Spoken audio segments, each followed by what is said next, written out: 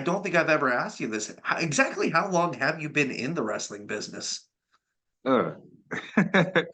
um, October of last year made 25 years. Okay. Okay. What is the, because I know it hasn't always been Congo Kong. At one point, you were known as Osiris. What was the difference between Osiris and Congo Kong? Was it this, has it always been the same and just a name change? What was the biggest difference? Um, at first they were more separated because I considered Osiris to be an extension of Steve Wilson and Kongo Kong to be an alter ego. Um, Over time they've kind of melded, you know what I'm saying? Because I don't really get to do Osiris anymore. So we're Right. just going to see, Osiris with the paint sometimes, it Gotcha. really, I guess the difference between the two um would be aside from the attire and the paint would be talking because Kong usually doesn't talk and Hmm. Osiris did. Okay. And now, depending on the situation, depending on which unruly fan has something crazy to say to me, Kong might speak back. Kong is terrifying, by the way. I've been in the ring with Kong, and it is terrifying. I Um, appreciate that. one of my favorite memories is I was in the ring with you one time, and there's actually a picture of it. You, Hillbilly Jed, and Tom Van Zant all sitting on top of poor little me in the middle of a match. Probably one of the most painful things I've ever gone through. So, But um, you're live. I And lived. you didn't come out completely hurt. Maybe your pride. That's what matters. I was okay. You took good care of me. Thank Yeah. God. Um, tell me about the evolution of Congo Kong because every good character evolves. It's never good to stay the same. The greats have always evolved their character over time. Right. Um, like I said, the talking thing was one big thing. Like I didn't say anything at all. Now, I might mutter a word or two, Mhm. like I said, unless there's that one-on-one situation where I have to, let a fan know. On occasion you'll catch me getting the mic and making a challenge or trying to set something up for a next show or something like that, just because I don't always have a manager Right. or a mouthpiece with me. And let's see, other than that, my tires changed. I started off wearing trunks with furry boot covers, and now I wear what I affectionately refer to as a dick flap, which the idea came from Jeff Jarrett when I was at Impact. And Okay.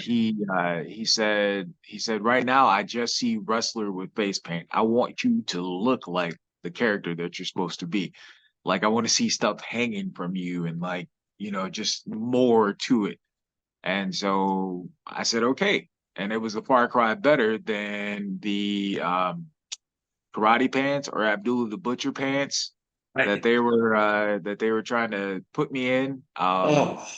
Yeah, they were trying to cover me Ooh. up big time. They were like, "Oh, you're a big guy. We got to cover you up." And I'm just like, "Yeah, but if you do that, you're gonna completely kill the character. Like, what? Yeah. People know I'm a big guy. I don't give a rip about whether they like my physique or not. It is what it is. You go to wrestling to watch two imposing figures go at it, or at least what's supposed to be imposing figures, whereas, nowadays you can go and watch your next door neighbor literally, wrestle. Yeah. Yeah. And that's one thing that I really liked when I would watch you in Impact is was it Abyss that you were programmed with at one point? Just that dude, that visual of the two of you face to face in that ring just was just an amazing visual to see. I know you've gotten the question a million times, but what was the first move on getting you to Impact? Who made the first move? That would be Abyss.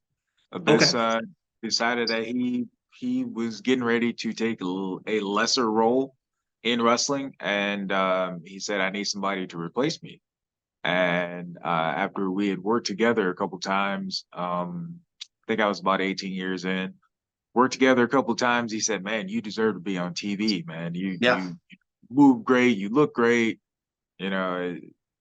He said, "There's no reason why you shouldn't have had a shot by now." I was like, I kind of think the same thing, and I appreciate Right. it, you know. And Right. so he went and talked to the people, and at that point, I was a little jaded, like a lot like now, I'm jaded. I don't believe anything in wrestling until I see it. Um, uh, I believe it was Marvin Gaye that said, "Son, believe half of what you see and none of what you hear." And that's kind of how I am. I want to see it in action. And so Yeah. finally, he called me and said, "Hey, man, I got some dates. I need you to be in Florida for."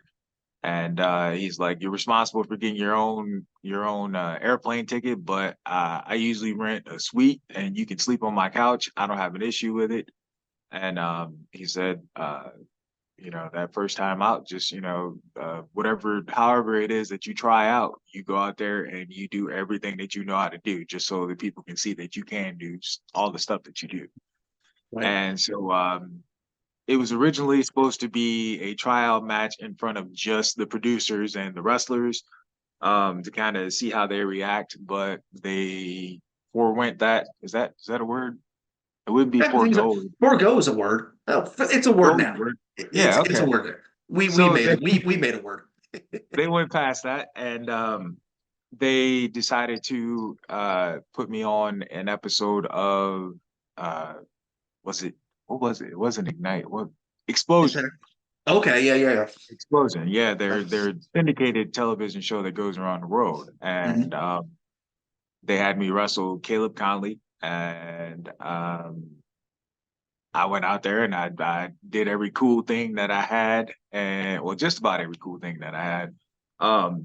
Missed a moonsault, spilled over the ropes a couple times, couple different ways, and landed on my feet. Just to see if I could impress people. And by the end of it, they offered me a job.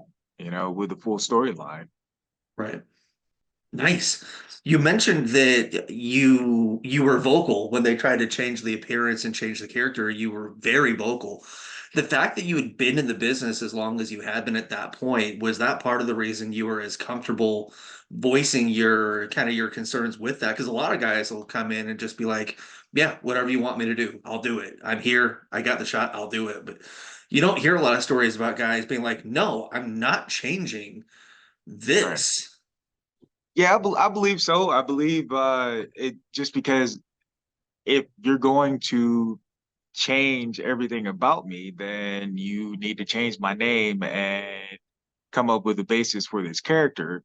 But you booked Kongo Kong. So when you book Kongo Kong, you know what I'm saying? You got me under contract as Kongo Kong, and I own the rights to my name and my character still. Then Mhm.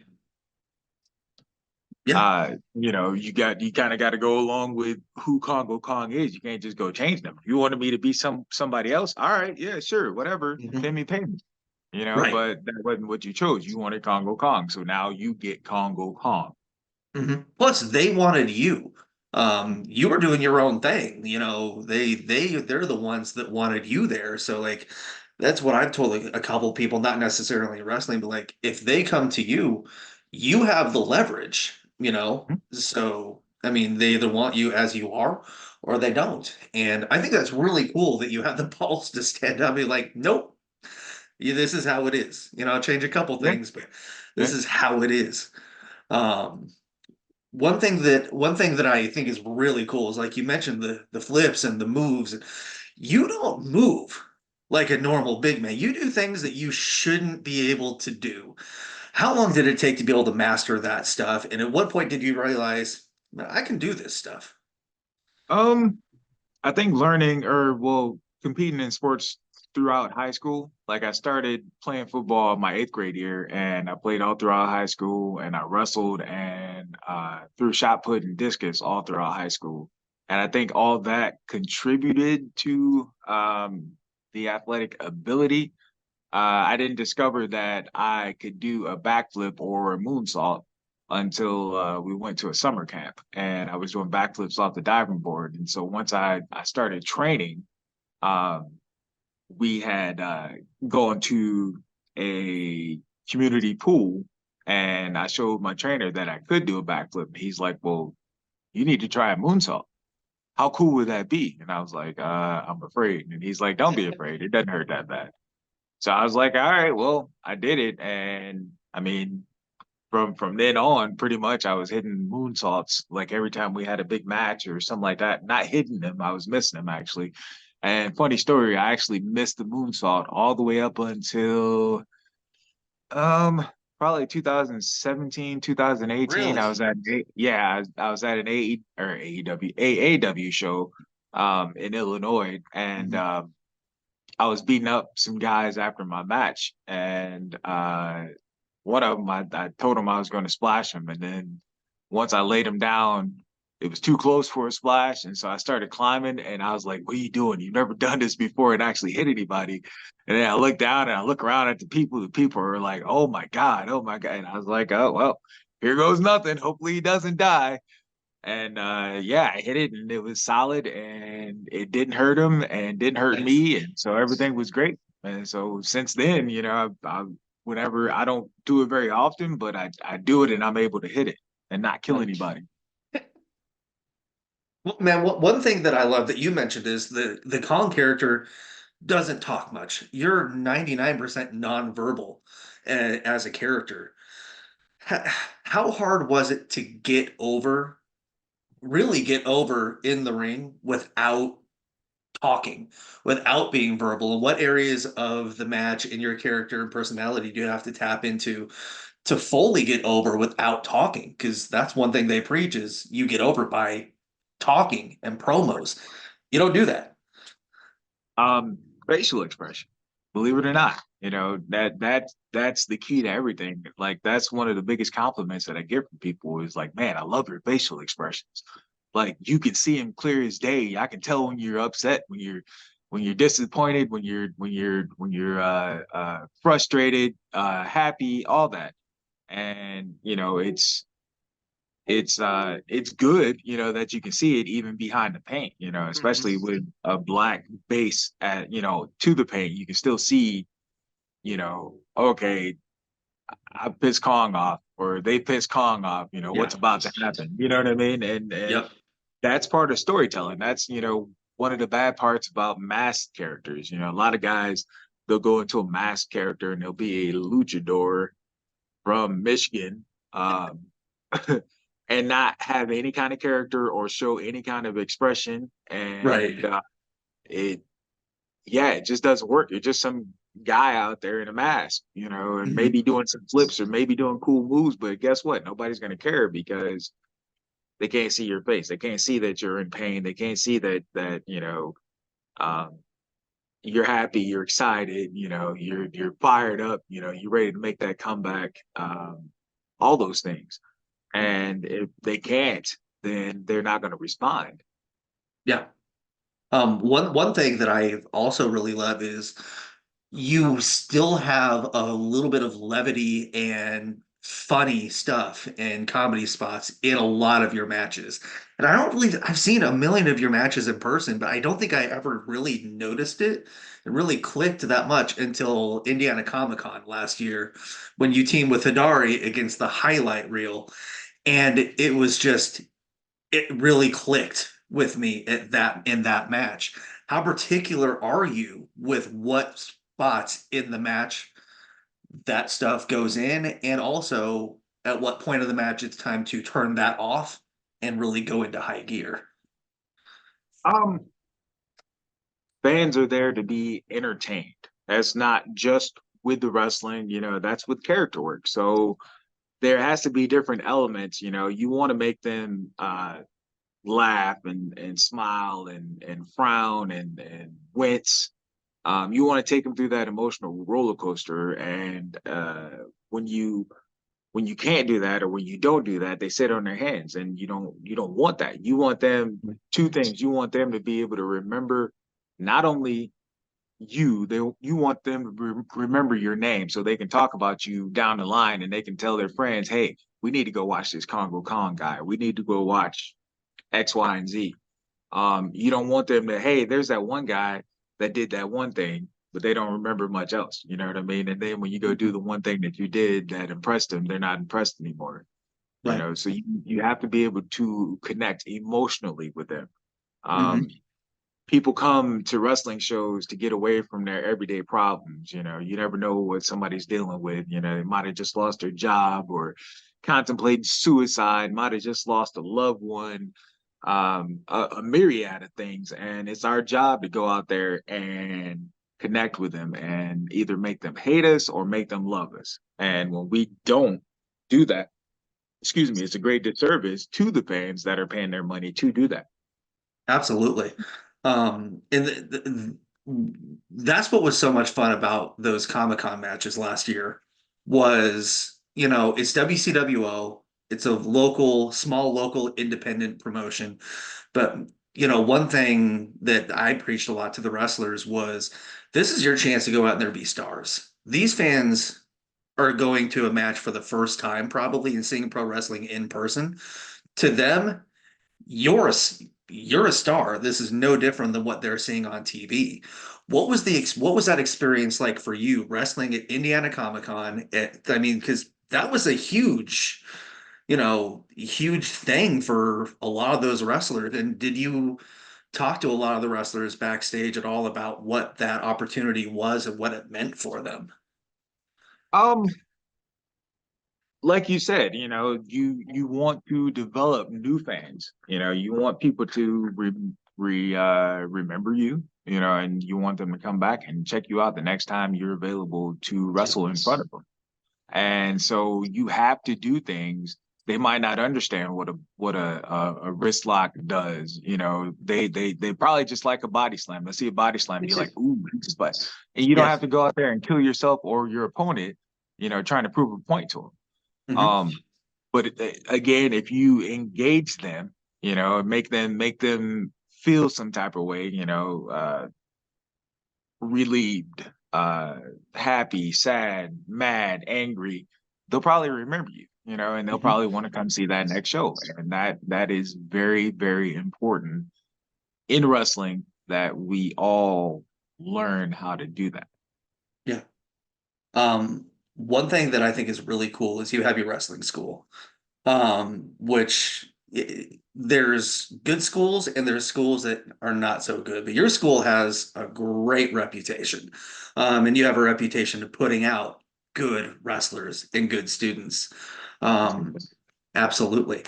What made you decide to start the school, and how long has it been going? I actually started training sheesh, about 10 years ago, I would Okay. say, for Heroes and Legends Oh wrestling. yeah. Um, um, my very first student was Mark Vandy, and then his buddy, the Wonder Cat. And once that shut down, you know, once I actually proved to myself that I could train a student decently, you know, and you know, I went beyond just, you know, okay, here's these moves and here's how you put them together, you know, and I actually took them on the road with me and we wrestled all over, you know, Indiana, Michigan, Ohio, Canada. Um, and you know, once he got to the point where he was putting on great matches, then I felt like, you know, okay, well, I can probably keep doing this. And then, of course, at the time, you know, Heroes and Legends was bringing in more kids, more and more kids, and so a bunch of them that trained under Heroes and Legends, they still credit me as their trainer Nice. because I Yeah. Right. am. Yeah. And um, so once that shut down, somebody I was waiting for the owner of Heroes and Legends to open up another building. You know, he said he would or whatever, but then he decided that he wanted to move, which hey, awesome, whatever. And the opportunity came up that Wonder Cat, his family happened to own a storage facility.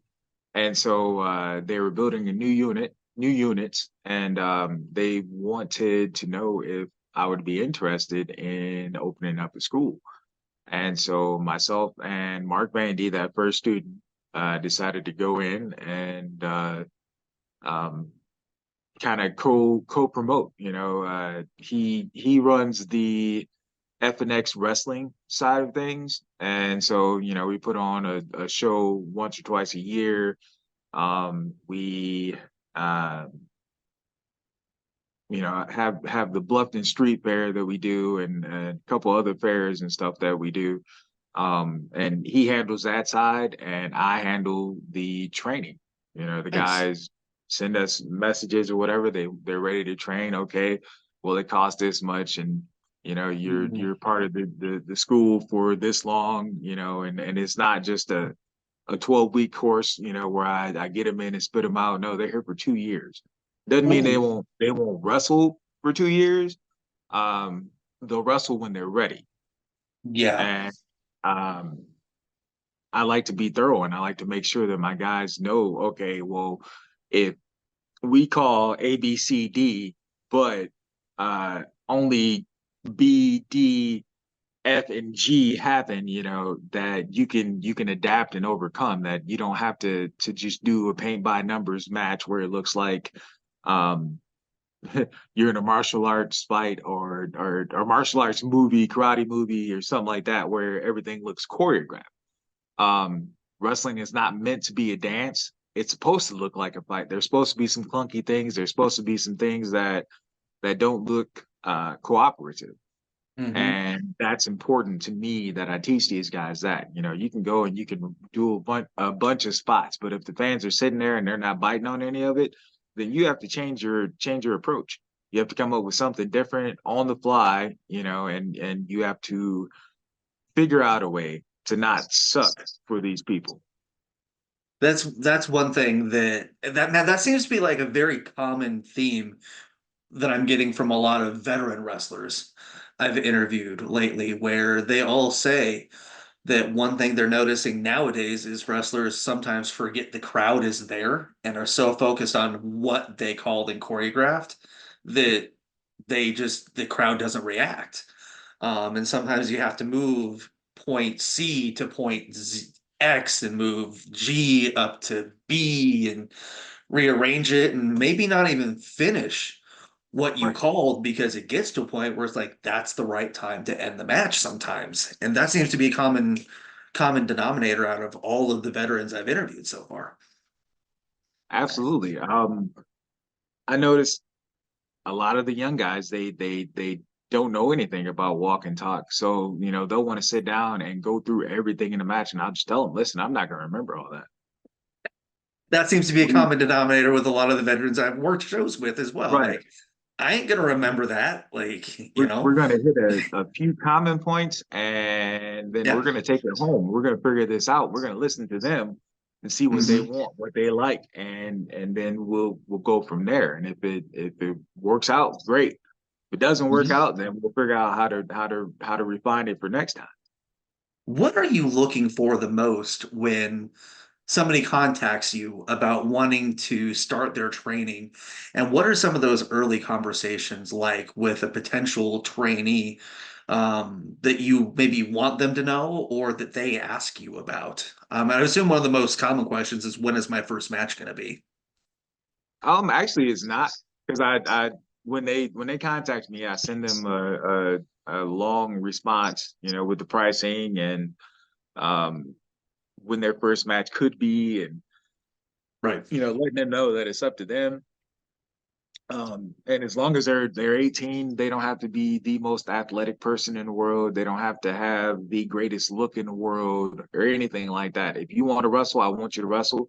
My only thing is I want to know that you're going to be someone that I can depend on, and count on to put my life in your hands, just like you would put your life in my hands in a wrestling ring. And there's a lot of kids these days that have never been through that, and they've never experienced that. Back in the day, they would do like mean stuff to chase people away purposely, and I don't want to chase anybody away. but I do want to know that you're dedicated to this Right. because it's not easy. It's not meant for everybody, and it's not for um honestly just Joe Blow to come in off the street, or not every Joe Blow to come in off the street and do it. You know, you have to go through some things. You have to develop a mindset and a determination that, if something, happens to go awry or the chips are down for whatever reason, that you're going to hang in there and you're going to make sure that one, your opponent's safe, two, Mhm. you're safe, and to me, that's huge. That means everything. As a matter of fact, I worked with James Ellsworth, Mr. No Chin Music, and Yeah. he was worried about, you know, he's like, well, everything I've ever taken from bigger people has always been painful. And I'm like, I don't get too many complaints about anything being Right. painful. You know what I Right. mean? So I'll don't worry. I'll do my best to take care of you, and I'll Mhm. probably even do a little bit more just because I know you're worried, and it's our first Yeah. time. That way Right. you can relax a little bit. And sure Mhm. enough, after the match, he's like, man, I didn't feel a thing. That was awesome. We could do that a million times. Like, well, yeah, that's the Right. point, is to Yeah. go out there and make it look like you're killing the guy without killing the guy. Yeah.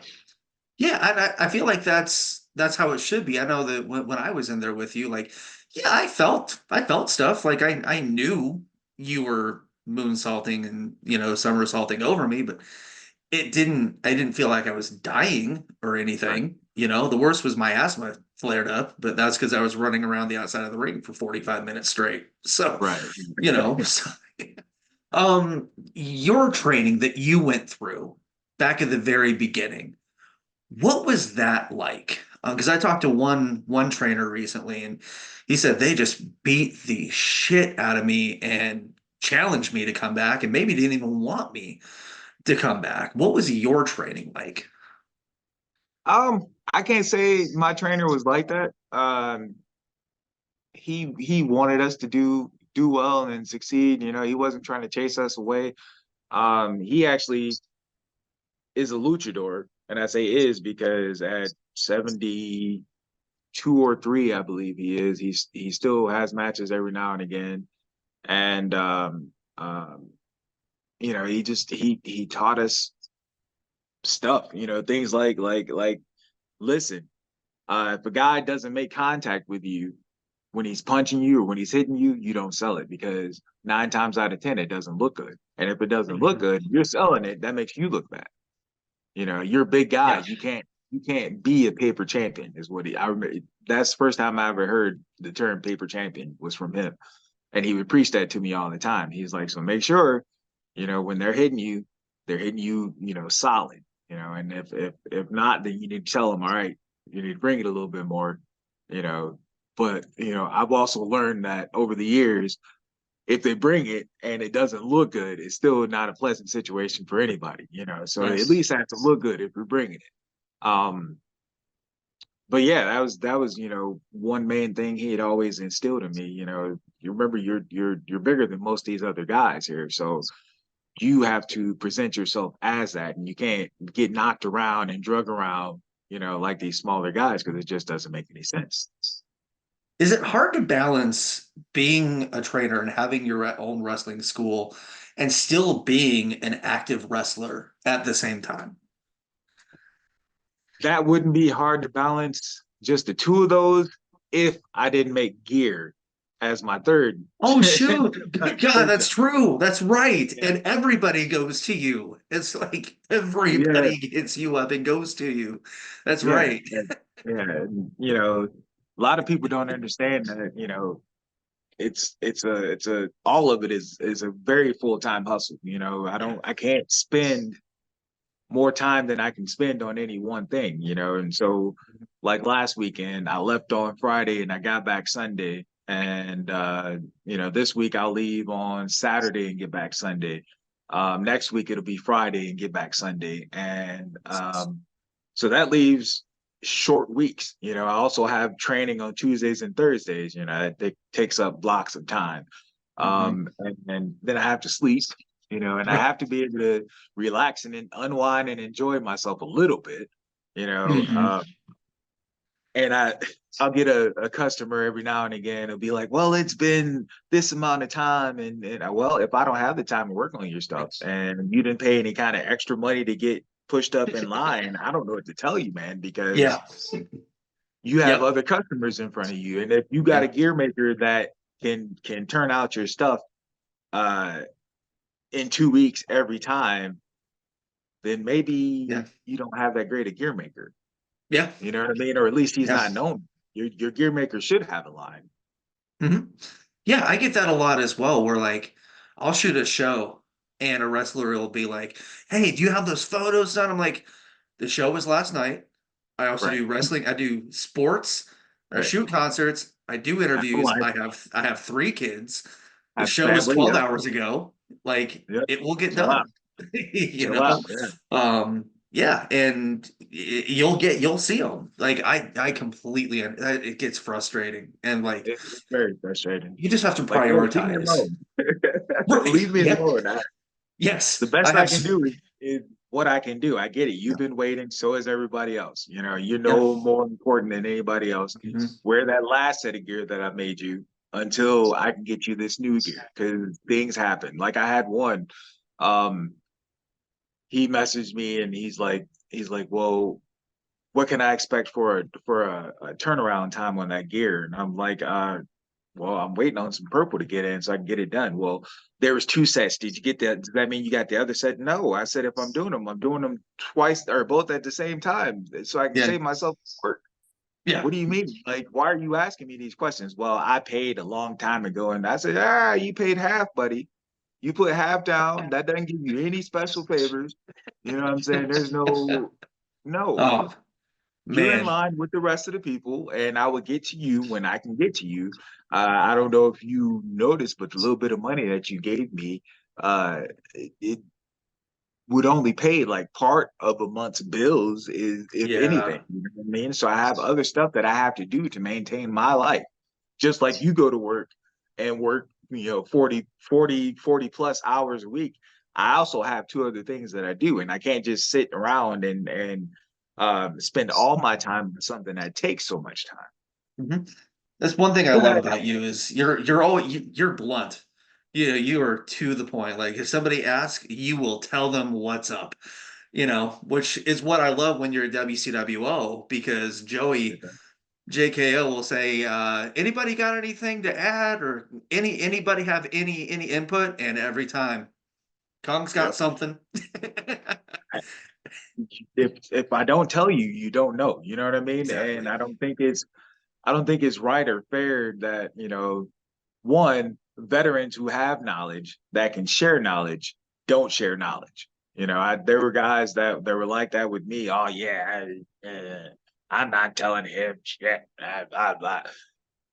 There's no reason to be like that. We want wrestling to last throughout the generation. So the stuff that I Mhm. learned, I have to tell other people. You know what I'm saying? Yeah. So that they can tell other people and practice it.